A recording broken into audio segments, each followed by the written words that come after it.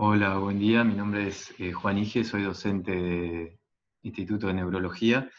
En la clase de hoy vamos a hablar de polirradiculoneuropatías. Primero, brevemente, una introducción de cuanto a la semiología de la afectación del sistema nervioso periférico, y luego vamos a hablar de una de las polirradiculoneuropatías más frecuentes, como es el Guillain-Barré, y finalmente un ejemplo de una polirradiculoneuropatía crónica, como es la CIDP. Bueno, importante cuando nos enfrentamos a un paciente con afectación del sistema nervioso periférico, con una neuropatía, es poder clasificar. Lo vamos a clasificar según los patrones clínico-evolutivos se presenta la neuropatía.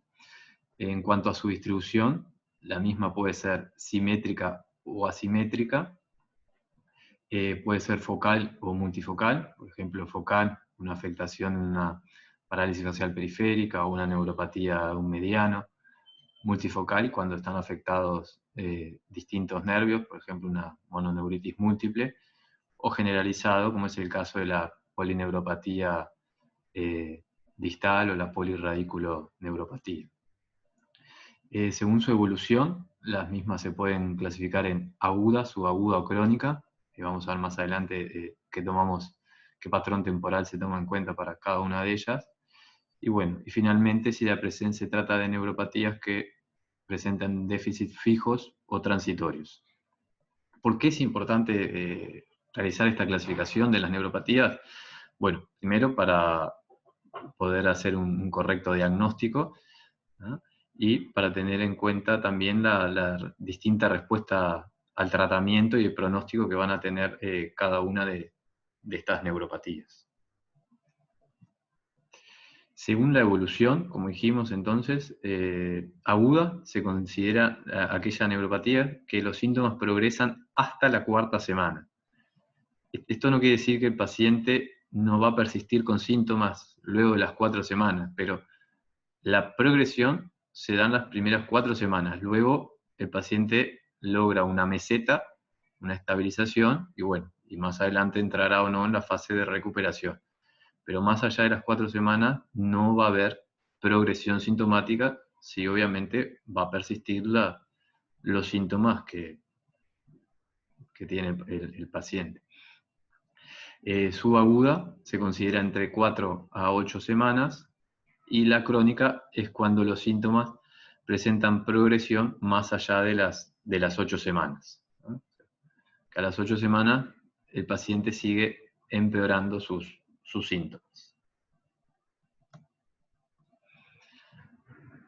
Bueno, dentro de los síntomas que pueden presentar los pacientes con neuropatías, pueden ser síntomas y signos de neuropatía somática, propiamente dicho, que son los síntomas motores o sensitivos. Puede presentarse con síntomas y signos de neuropatía autonómica y con trastornos tróficos que en parte van a ser secundarias tanto a los síntomas motores sensitivos y a los síntomas disautonómicos.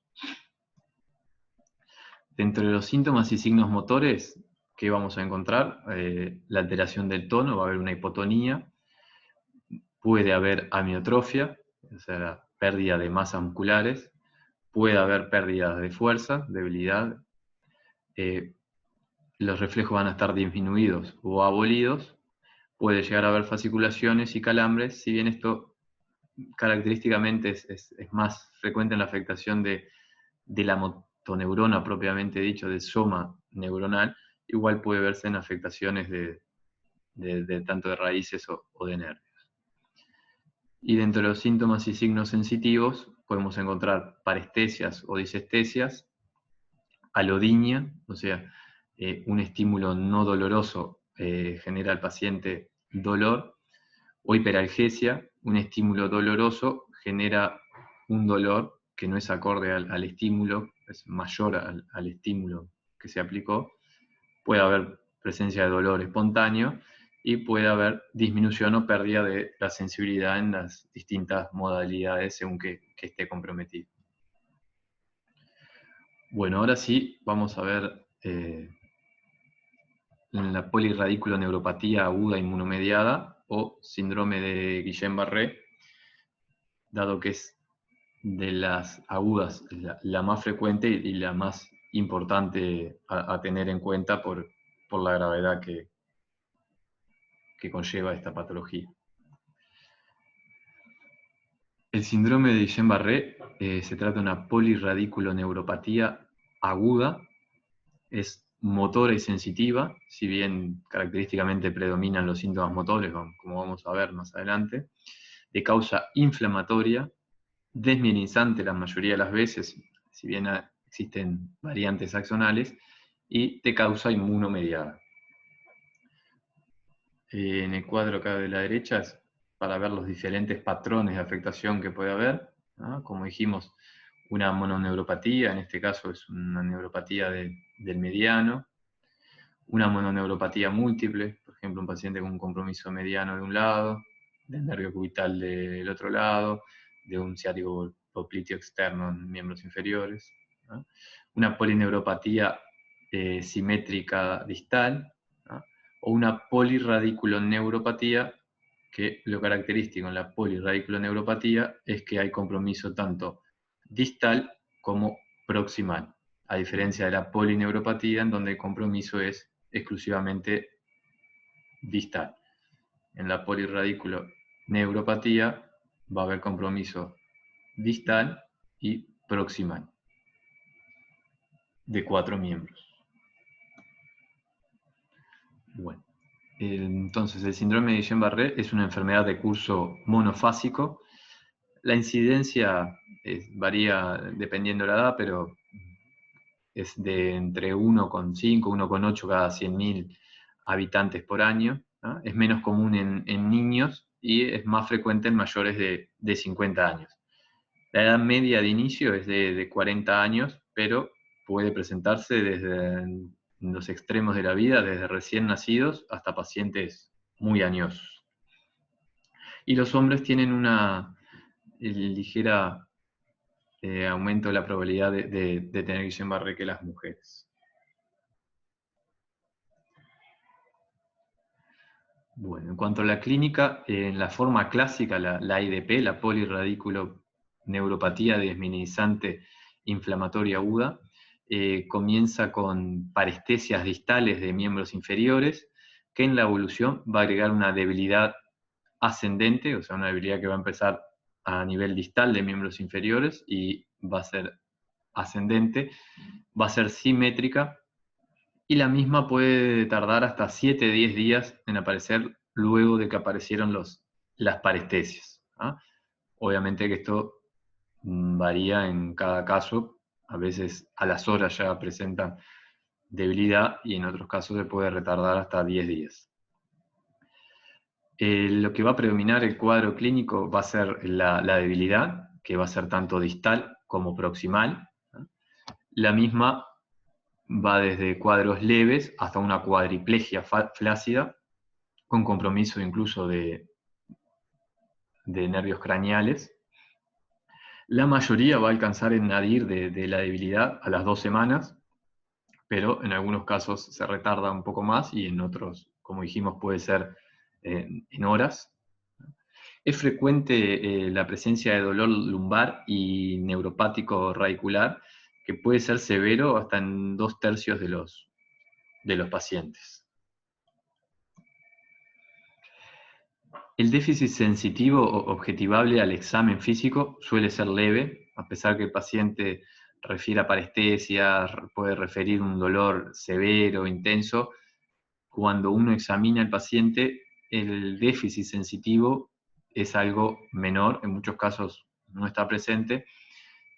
En algunas variantes, como vamos a ver, por ejemplo, la sensitivo motora, en esos casos sí hay un déficit objetivo, pero en la clásica, en la IDP, no suele haber al examen físico déficit sensitivo muy importante. Sí va a haber hiporreflexia o arreflexia, pero la misma puede demorar incluso hasta una semana en aparecer, por lo tanto en cuadros agudos al inicio pueden llegar a estar presentes los reflejos, y 1/3 de los pacientes se va a presentar con insuficiencia respiratoria. la mitad de los pacientes va a tener compromiso del nervio facial bilateral, o sea, una parálisis facial periférica bilateral.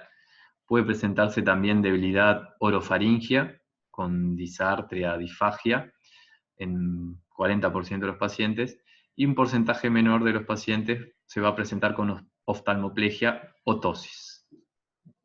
Esto ya es menos frecuente.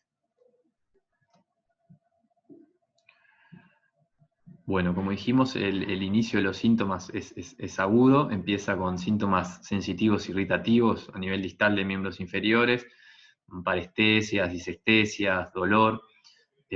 Suele haber síntomas radiculares, es decir, dolor de tipo radicular, dolor lumbar irradiado por miembros inferiores, que luego va a asociar una paresia ascendente, que como dijimos puede darse a las pocas horas de iniciados los síntomas sensitivos o durar días, incluso hasta una semana, 10 días. Luego de instalado el déficit motor, va a ser lo que predomine en el cuadro y va a predominar a nivel proximal, o sea, la afectación proximal, tanto de miembros inferiores como superiores, es lo que predomina en el cuadro. Entonces, va a iniciar por miembros inferiores, pero luego va a comprometer miembros superiores, va en muchos casos comprometer la musculatura del cuello y los pares craneanos, por lo que puede dar cefaloparesia, disfagia, disartria, parálisis facial bilateral, bueno, incluso alteraciones oculomotoras, como vimos. Suele asociar elementos de disautonomía, por lo general son leves, pero hay casos que pueden llegar a ser severos. Se va a presentar la alteración autonómica como palpitaciones, hipotensión ortostática, puede haber hipertensión, trastornos de la sudoración, rubicundez o palidez cutánea. Bueno, y existen formas regionales, como vamos a ver más adelante, que la afectación está restringida a ciertos músculos. Entonces, en el examen físico, lo que va a predominar en el cuadro que vamos a encontrar, lo más objetivable, va a ser una hipotonía, una debilidad, un déficit de fuerza que va a ser a predominio proximal en 4 miembros, obviamente dependiendo en el estadio que esté la enfermedad. Si es muy precoz puede ser que solo sean miembros inferiores, pero habitualmente va a tener un déficit motor de 4 miembros con un predominio proximal, a nivel de músculos proximales, tanto de miembros inferiores como superiores. Por lo tanto, el paciente va a presentar un síndrome de neurona motora inferior, dado la debilidad, la hipotonía y la reflexia. Y en cuanto a los signos sensitivos que vamos a encontrar, puede presentar una hipopalestesia distal, que por lo general no es muy importante. La sensibilidad superficial está relativamente conservada, como dijimos hoy. Objetivamente no suele haber grandes alteraciones en el examen físico, independientemente de que el paciente refiera dolor, que puede llegar a ser intenso, pero no es constatable al examen físico alteraciones sensitivas. Y sí suele haber signos de elongación radicular positivas, como son el signo de la Lasegue y el signo de Wassermann o de la Lasegue invertido.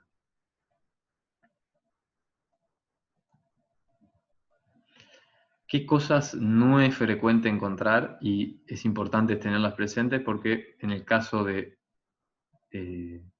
estar estas alteraciones, es obligatorio descartar otros cuadros, otros diagnósticos diferenciales. No suele haber fiebre, no suele haber trastornos esfinterianos, es excepcional el compromiso esfinteriano en el paciente con Guillain-Barré.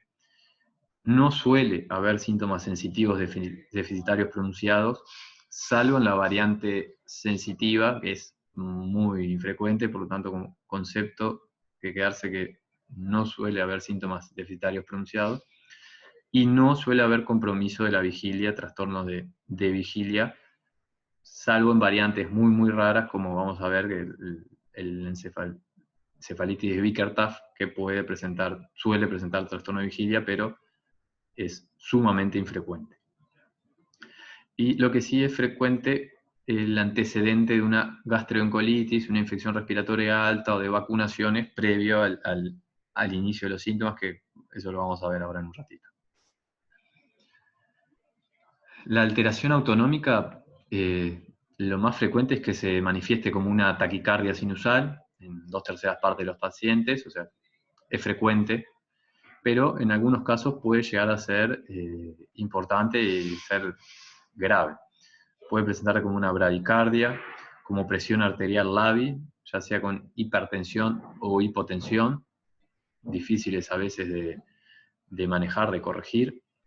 Puede haber hipotensión ortostática, puede generarse arritmias cardíacas, edema pulmonar neurogénico, puede haber alteraciones en el sudor y excepcionalmente puede haber alteraciones, disfunción vesical o gastrointestinal, pero esto es raro. Como dijimos, existen variantes de la forma clásica de la polirradiculodesminizante inflamatoria aguda, que como dijimos se va a presentar con parestesias a nivel distal de miembros inferiores, con una debilidad ascendente, primero compromiso de miembros inferiores, luego miembros superiores y eventualmente compromiso craneal.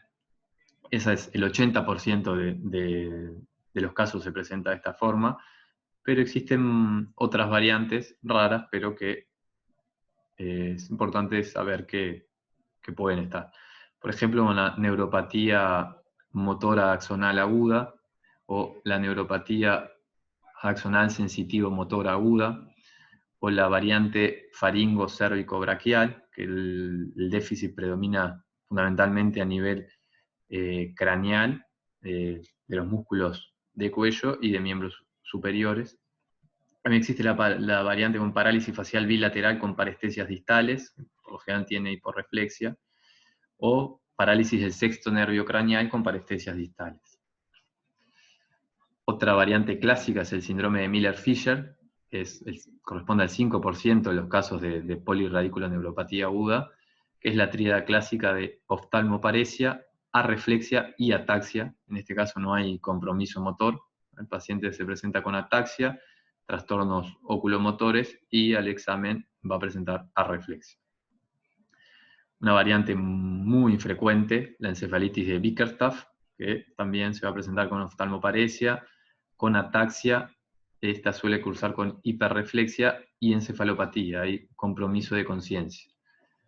En este caso llama la atención la hiperreflexia porque además de haber compromiso del sistema nervioso periférico, hay compromiso de tronco encefálico. Por eso el paciente puede tener hiperreflexia y puede tener también trastorno de conciencia. Existe la variante sensitiva pura, en este caso sí se va a objetivar al examen alteraciones sensitivas. Y existe la variante disautonómica, que es la pandisautonomía aguda, en que suele haber síntomas autonómicos importantes como hipotensión ortostática, diarrea, náuseas, vómitos, estreñimiento, visión borrosa por trastornos en la acomodación, ojos secos, problemas en la micción, impotencia, intolerancia al calor, disminución de la sudoración, y una tercera parte de los casos va a asociar arreflexia, y algunos pacientes pueden presentar también déficits sensitivos, que siempre va a ser leve. Por lo general la recuperación de este cuadro es incompleta en la mitad de los casos aproximadamente. Esto es lo mismo, un cuadro para ver las distintas variantes que hay. Como ven, 93 a 95% de los casos lo que predomina es el déficit motor, como dijimos, ¿ah? Y dentro de esas variantes, la más frecuente por lejos es la polirradiculoneuropatía desminizante inflamatoria aguda, o el Guillain-Barré clásico. Pero existen las variantes con distintas topografías, que el déficit está restringido a sectores, ¿ah?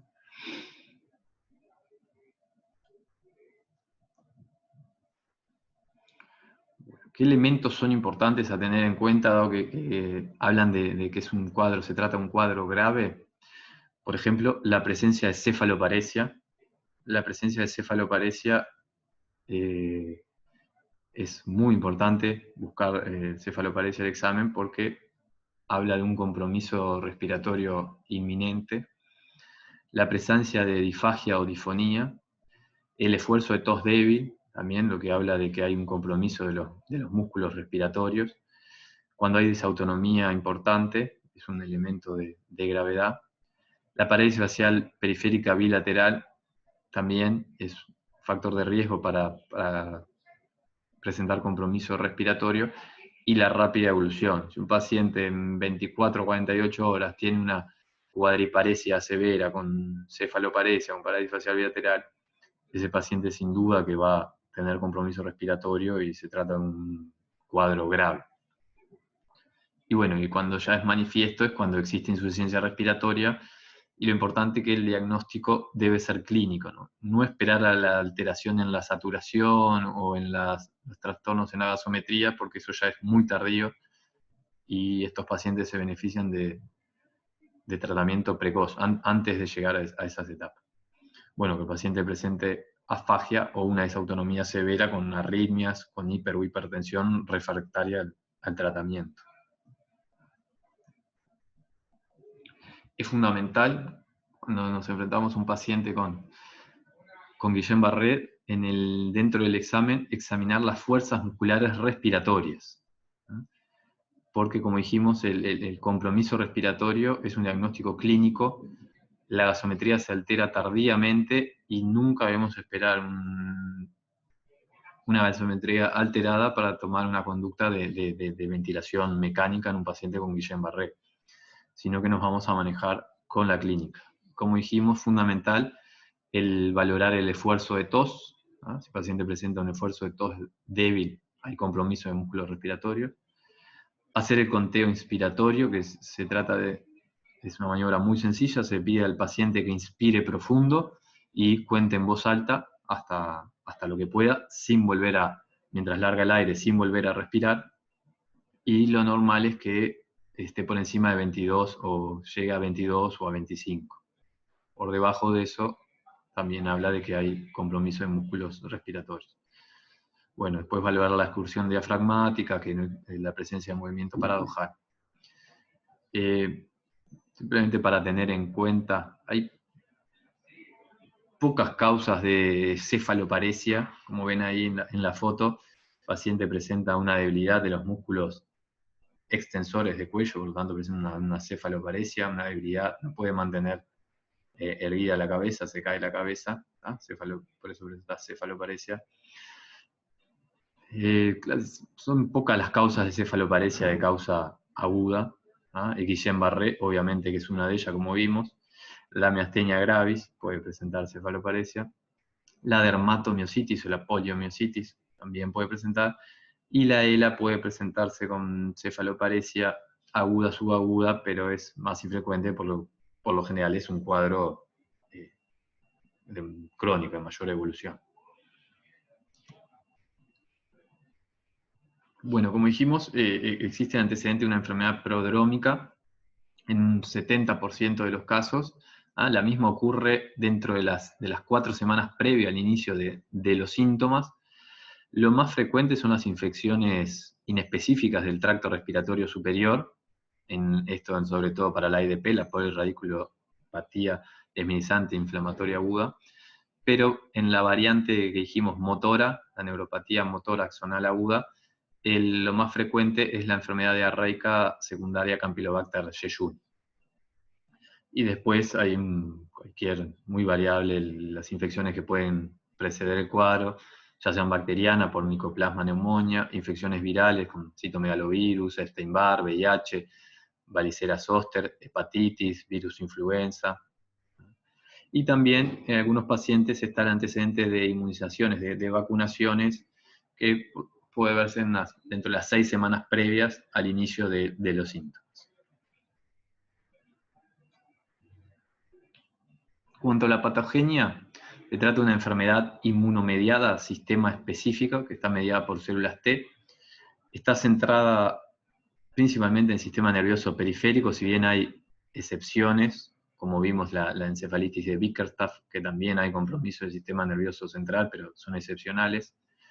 Donde se afecta fundamentalmente la mielina del sistema nervioso periférico, que también vimos existen variables axonales, pero son mucho menos frecuentes. El compromiso suele ser parcheado, el compromiso de los nervios y de las raíces es parcheado.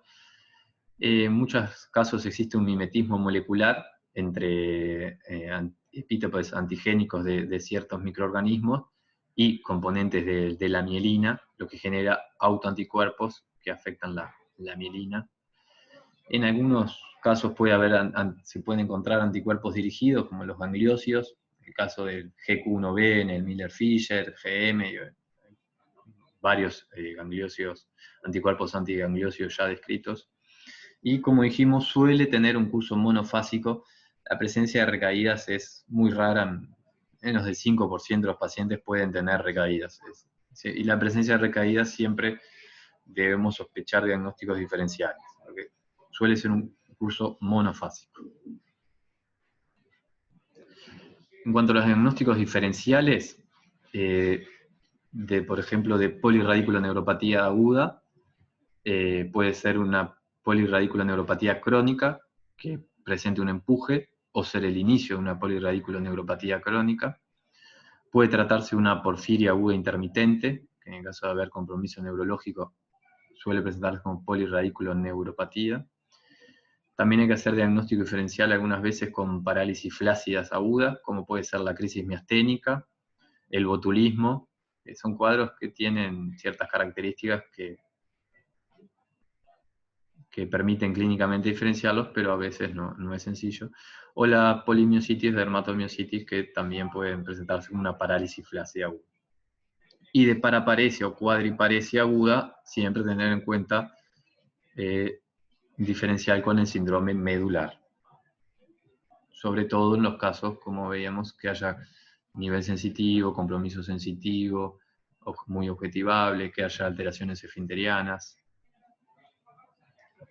En cuanto a la paraclínica, el manejo en la etapa inicial, en la etapa aguda, es clínico, dado que muchos de los hallazgos paraclínicos pueden demorar en aparecer, y muchas veces son pacientes graves que requieren tratamientos en agudo y no podemos esperar a que aparezcan las alteraciones en la paraclínica para iniciar los tratamientos. Es importante estudiar el líquido cefalorraquídeo, el estudio eléctrico y bueno, la medición de las fuerzas respiratorias con la PIM y la PEM. Sobre todo tener en cuenta las fuerzas musculares respiratorias. En cuanto al estudio del líquido, va a presentar una presión de apertura normal. El citoquímico, lo que se va a evidenciar es una disociación albúmino-citológica, o sea, va a tener proteínas elevadas con la celularidad de los glóbulos blancos normales. Por eso se habla de disociación albúmino-citológica. Proteínas elevadas con células normales. El mismo puede ser normal, sobre todo a la primera semana. Obviamente que los cultivos van a ser negativos. Y bueno, un citoquímico normal no descarta el diagnóstico. Como decíamos, al inicio la paraclínica puede ser normal. Un citoquímico normal no descarta. Igual siempre es recomendable hacer el citoquímico al inicio del cuadro, sabiendo que este puede ser normal, porque también ayuda a alejar diferenciales. En cuanto al estudio eléctrico, en los primeros días suele ser normal o mostrar alteraciones muy sutiles que pueden incluso estar informadas normales. El máximo de alteración se ve a las 3 semanas, ¿ah? Y la afectación mielínica va a verse dado la disminución de velocidades de conducción, bloqueos proximales con conservación relativa de la amplitud del potencial, y va a presentar una topografía polirradicular y polineuropática. Como dijimos, puede haber variantes axonales, ahí va a predominar la alteración en la amplitud y no en la velocidad de conducción. El estudio eléctrico también tiene un valor pronóstico, lo mismo por las variantes axonales sensitivo-motoras tienen peor pronóstico, ¿no? Y también en algunos casos va a ayudarnos con los diferenciales, como dijimos, una miastenia gravis, una miopatía, una miositis aguda. Bueno, como habíamos dicho, es fundamental dentro del examen hacer la valoración de las fuerzas respiratorias, ¿tá? Que esto se puede hacer sencillamente con un manómetro portátil, la medición de la PIM y la PEM. Bueno, en caso de contar con una espirometría, poder realizar una espirometría, y recordar que la gasometría no nos sirve para el manejo inicial del paciente, dado que la alteración suele ser tardía. Cuando se altera la gasometría, el paciente presenta un compromiso respiratorio importante. Nunca esperar la hipercapnia para tomar una conducta, y acordarse que las fuerzas respiratorias se deben evaluar siempre al examen físico, como vimos, teniendo en cuenta el esfuerzo de tos, el conteo expiratorio, la respiración paradojal, el ascenso diafragmático. Bueno, puede la creatinquinasa, la CK total, puede estar elevada 2 a 5 veces, no mucho más de eso, ¿no? O sea, una elevación discreta de la CK total no debe llamar la atención y no invalida para nada el diagnóstico de Guillain-Barré. Y en algunos casos como dijimos, puede haber autoanticuerpos contra gangliósidos, ¿ah? Sobre todo en determinadas variantes. Por ejemplo, si uno plantea un síndrome Miller-Fisher, va a pedir los anticuerpos antigangliósidos GQ1B, pero en otros casos pueden perfectamente obviarse los gangliósidos. Bueno, el tratamiento va a depender obviamente de la gravedad del cuadro, sabiendo que existen formas mínimas hasta formas severas con insuficiencia respiratoria, necesidad de CTI durante meses. Tener en cuenta si hay compromiso respiratorio y deglutorio, también es fundamental en el tratamiento, si existe o no la presencia de desautonomía severa. Y bueno, en todos los pacientes vamos a tomar medidas generales y específicas para el proceso inmune. Es importante tener en cuenta que estos pacientes son muy dinámicos y por lo tanto requieren una evaluación permanente. El paciente, como dijimos, hasta las 4 semanas los síntomas pueden progresar, por lo tanto un paciente que en un momento tenga síntomas leves puede tener una progresión rápida y tener un compromiso respiratorio severo, rápidamente progresivo, puede tener una disautonomía que le genere una arritmia grave rápidamente, por lo tanto son pacientes que hay que estar evaluando permanentemente. Por lo tanto, estos pacientes deberían estar internados en un cuidado intermedio o en un CTI, dependiendo de inicialmente cómo se presenta el paciente. Se debe tener una monitorización permanente tanto de la presión arterial, electrocardiográfica y de la saturación de oxígeno. Hay que mantener una adecuada hidratación y alimentación, y ser muy cauteloso con el manejo de la PA, por lo que dijimos que puede ser muy lábil. Capaz que el paciente presenta una hipertensión severa y rápidamente hace una hipotensión, por lo tanto hay que tener cuidado. En caso de hipotensión, se maneja con volumen, y en caso de hipertensión, bueno, primero ver si realmente necesita fármaco, y en el caso de que se usen, usar siempre de vida media corta, de acción corta, justamente por eso, porque el paciente puede pasar de una hipertensión severa a una hipotensión severa. Bueno, en algunos casos hay que valorar la necesidad de marcapasos transitorios, si presenta trastornos de ritmo cardíaco es importante. Siempre acordarse de la profilaxis de la enfermedad tromboembólica venosa profunda y profilaxis de las úlceras por presión. Algunos de estos pacientes requieren internaciones muy prolongadas en CTI. En cuanto al compromiso respiratorio, tener en cuenta que no alcanza con la utilización de oxígeno con máscara, dado que la fisiopatología del trastorno respiratorio se da por una hipoventilación por el compromiso de los músculos respiratorios, ¿no? Por lo tanto, en cuadros leves que toleren, se va a usar ventilación mecánica no invasiva, con una compresión positiva, con una BiPAP, y bueno, y en casos severos se va a requerir la intubación orotraqueal. Que tener cuidado en el manejo de las secreciones, dado que estos pacientes pueden tener un esfuerzo de tos débil y disfagia, por lo cual tienen alto riesgo de aspiración y de neumonias, infecciones respiratorias. Y en cuanto a la medida específica del proceso inmunitario, los corticoides no demostraron beneficio en estos pacientes, por lo tanto no deben usarse corticoides. Los dos tratamientos con ensayos clínicos que demostraron evidencia en disminuir los tiempos de progresión y la recuperación y el pronóstico fueron las inmunoglobulinas y la plasmaféresis. Las mismas están indicadas en la mayoría de los casos. Como concepto general, todo paciente con Guillain-Barré debe tener un tratamiento específico, sea con inmunoglobulina o plasmaféresis, si bien formas mínimas, se toma en cuenta si el paciente logra deambular durante toda la evolución, puede no requerir tratamiento, pero como dijimos, estos pacientes a veces tienen progresiones impredecibles, pueden evolucionar rápidamente, por lo tanto es preferible tratar a todos los pacientes. Salvo algunas variantes, por ejemplo el Miller-Fisher, que el tratamiento no demostró mejoría en el pronóstico de la enfermedad, suele ser de recuperación espontánea. Pero con un concepto, todos los pacientes van a requerir o inmunoglobulinas o plasmaféresis, bueno, dependiendo de la disponibilidad del centro y, bueno, y de las características de cada paciente. La eficacia entre ellos es comparable, ¿tá? Siempre hay que valorar las comorbilidades que tengan los pacientes y, bueno, discutirlas con el hemoterapeuta. En cuanto a la plasmaféresis, se postula una acción un poco más rápida que las que tienen las inmunoglobulinas. Usualmente se requieren 5 sesiones de recambio plasmático, lo que se genera es una remoción de anticuerpos patogénicos. ¿tá? Las complicaciones de este procedimiento, bueno, son las complicaciones de las vías venosas central, puede haber infecciones, trombosis, punción carotídea, neumotórax, etc. Y los del propio procedimiento son trastornos de la acrasis y trastornos iónicos. Las inmunoglobulinas se usa un total de 2 gramos kilo dosis total, las cuales se pueden repartir en 2 a 5 días, también dependiendo de las características del paciente. Un paciente joven se puede administrar en 2 días, pacientes mayores con comorbilidades hay que hacerlo en más dosis. Lo típico que se usa es 0,4 gramos kilo día intravenoso en 5 días, para lograr un total de 2 gramos kilo dosis total.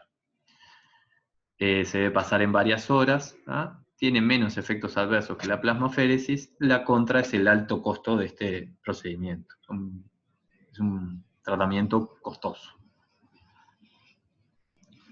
Bueno, en cuanto a la evolución, ten en cuenta que siempre se trata de un cuadro grave, si bien algunas variantes pueden ser leves, hay que tomarlo siempre como un cuadro potencialmente grave, ¿tá? El cual va a tener una progresión que, como dijimos, no va a pasar de las 4 semanas, o sea, hasta las 4 semanas puede haber progresión, luego de las 4 semanas el paciente ya va a entrar en meseta. ¿ah? Obviamente que, como dijimos, no quiere decir que el paciente no va a tener síntomas, va a persistir con los síntomas, pero no van a progresar más allá de las 4 semanas. Y bueno, y luego de la meseta, la etapa de resolución, que a veces puede ser meses, incluso quedando con secuelas. La mortalidad en los últimos años ha descendido dado el uso de STI, de los cuidados de STI, de los cuidados de los trastornos autonómicos y la insuficiencia respiratoria. ¿no? Igual sigue habiendo una mortalidad, en la mayoría de los centros es entre un 5 y un 10%, ¿no? Y como dijimos, no suele recidir dado que se trata de una enfermedad de curso monofásico.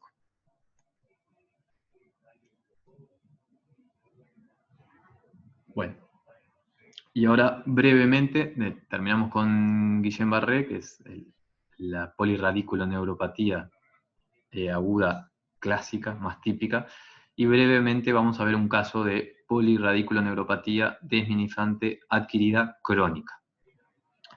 Dentro de las polineuropatías desminimizantes crónicas adquiridas, se pueden dividir en distintos subtipos dependiendo del patrón de debilidad o pérdida sensitiva que presente cada una. Lo que sí, la progresión sintomática siempre va a ir más allá de las 8 semanas, por definición, como dijimos, crónica, los síntomas van a progresar luego de las 8 semanas. Y las 4 categorías, según el patrón clínico de presentación, son, bueno, la debilidad simétrica, proximal y distal, con o sin compromiso sensitivo, que es la CIDP, o sea, la polirradiculoneuropatía desminimizante idiopática crónica, ¿no? Que es la que vamos a hablar ahora, pero existen otras variantes, como es el DATS, que es la debilidad distal simétrica, o pérdida sensitiva distal simétrica, neuropatía simétrica desminimizante adquirida distal. DATS es de las siglas en inglés. Y después la neuropatía motora multifocal, que es la debilidad asimétrica sin compromiso sensitivo, y la neuropatía sensitiva motora multifocal desminimizante adquirida, que se presenta como una debilidad y pérdida sensitiva asimétrica.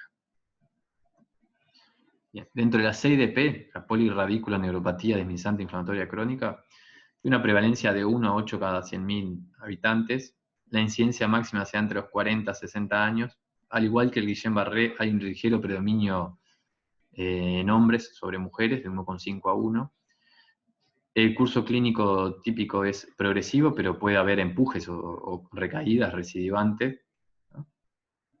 Y es causada por una desmielinización inmunomediada, donde la activación de las células T es el factor predominante, pero los macrófagos y los factores humorales también desempeñan un papel importante. La patogenia no está del todo clara aún.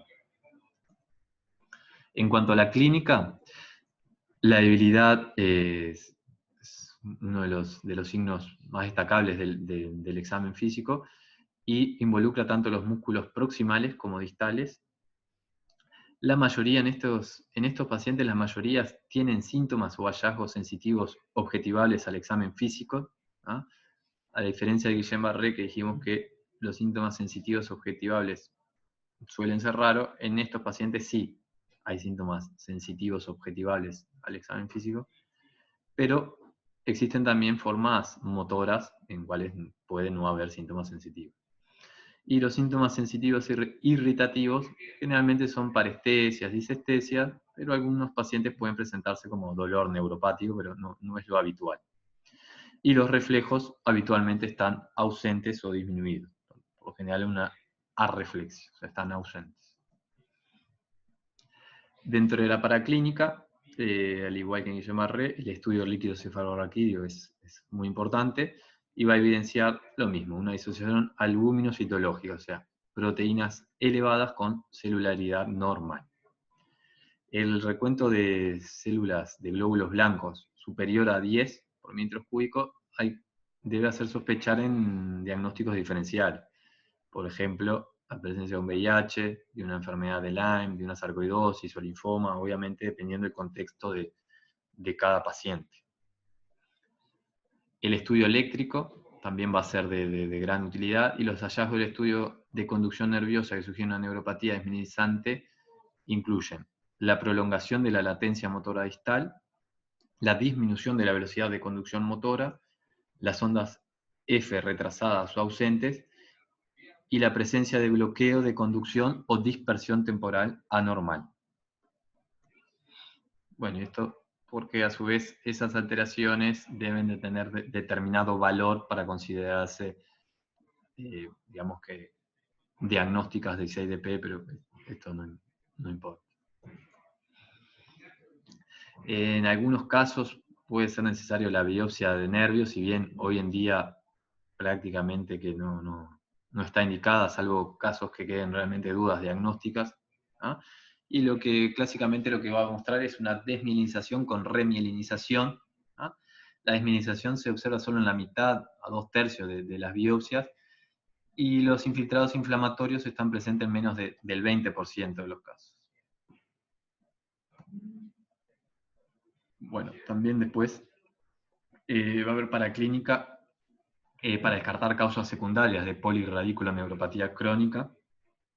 Típicamente una velocidad de electrosedimentación, un proteinograma electroforético con inmunoelectroforesis, dosificación de vitamina B12, TSH, anticuerpos antinucleares, anti-RO, anti-LA, HIV, una tomografía de tórax, abdomen y pelvis, mamografía en el caso de ser mujer para descartar algo paraneoplásico, pero bueno, cada una de estas va también a ser dirigida según cada paciente en particular. En cuanto al tratamiento, el tratamiento puede ser con corticoides, inmunoglobulinas o plasmaféresis. Con corticoides se debe usar altas dosis de corticoides, 60 a 100 miligramos de prednisona diaria, y que se debe tomar durante unos meses y luego hacer un descenso gradual. Algunos planes sugieren uso de pulsos de dexametasonas mensuales, o sea, 40 miligramos por día, 4 días, todos los meses. La contra, si bien este tratamiento es muy efectivo. La contra son los efectos adversos importantes que se ven en los pacientes con estas dosis altas de corticoides. Por lo general son las dosis efectivas, por lo tanto carrean muchos efectos adversos. Bueno, también puede usarse la inmunoglobulina, ¿tá? Como vimos hoy con el Guillain-Barré, la dosis carga es de 2 gramos kilo dosis total, que se puede administrar, como habíamos dicho, de 2 a 5 días. ¿Tá? Al espaciar los días disminuyen la probabilidad de efectos secundarios de la infusión, como son la insuficiencia renal, insuficiencia cardíaca, riesgo de eventos trombóticos. ¿Tá? Esto va a depender, obviamente, de cada paciente. Un paciente joven se puede hacer en 2 días, en pacientes añosos hay que tratar de hacerlo en 5 días. Y la contra es que hay que hacerlo, hay que hacer dosificaciones repetidas. Uno de los planes propuestos es de hacer 1 gramo cada 3 semanas o cada mes, repetir 1 gramo de inmunoglobulina kilo cada 3 semanas o cada mes. Aproximadamente 2/3 de los pacientes mejoran con inmunoglobulina. ¿Ah? Después que un paciente mostró una mejoría estable, lo que se va haciendo es aumentando el intervalo entre las dosis o incluso suspender el tratamiento con inmunoglobulina. Pero se plantea al menos hacer 6 meses de tratamiento antes de empezar a espaciar o suspender las inmunoglobulinas. La mitad de los pacientes van a permanecer estables luego de 6 meses de suspendido el tratamiento, y bueno, y la otra mitad va a tener recaídas que van a requerir nuevos tratamientos. También se ha demostrado eficacia con el recambio plasmático, con la plasmaféresis. El recambio plasmático por lo general se deja para pacientes con paresia severa o que tuvieron recaídas mientras estaban en tratamiento, ya sea con corticoides o inmunoglobulinas. ¿No? No suele usarse como los otros 2 tratamientos de mantenimiento. Y bueno, y se han ensayado otros tratamientos inmunomoduladores, pero que se aconsejan solo para pacientes que no respondieron a corticoides o inmunoglobulina, dado que todavía no hay evidencia a favor de los mismos, y esto se ha probado azatioprina, ciclosporina, micofenolato, ciclofosfamida, metrotexato o rituximab. Bueno, gracias.